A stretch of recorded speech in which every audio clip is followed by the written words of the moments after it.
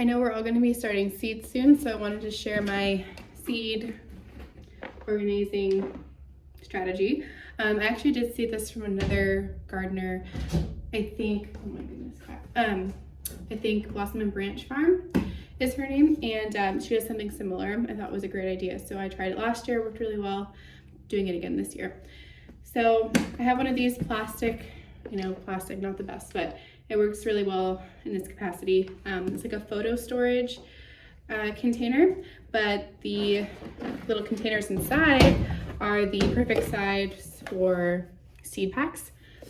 So I have all my seeds in here, and I have them organized by when I am going to be sowing them, either direct sow outside in the garden or starting them in the greenhouse and then transplanting them.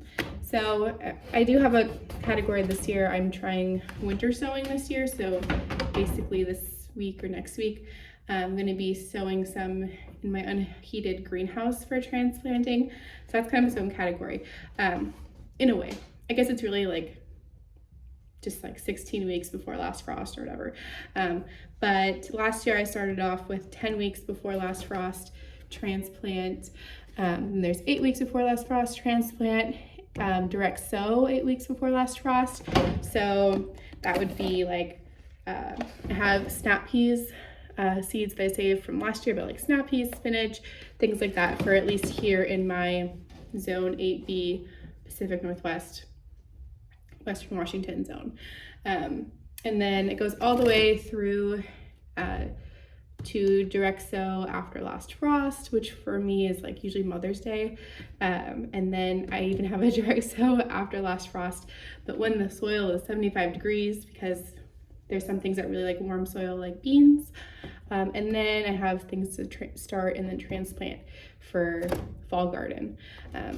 So this has worked really well for me.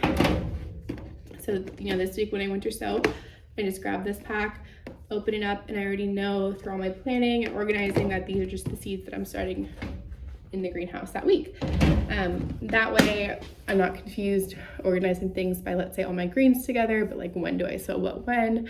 So this really helps keep me organized and on track in the garden.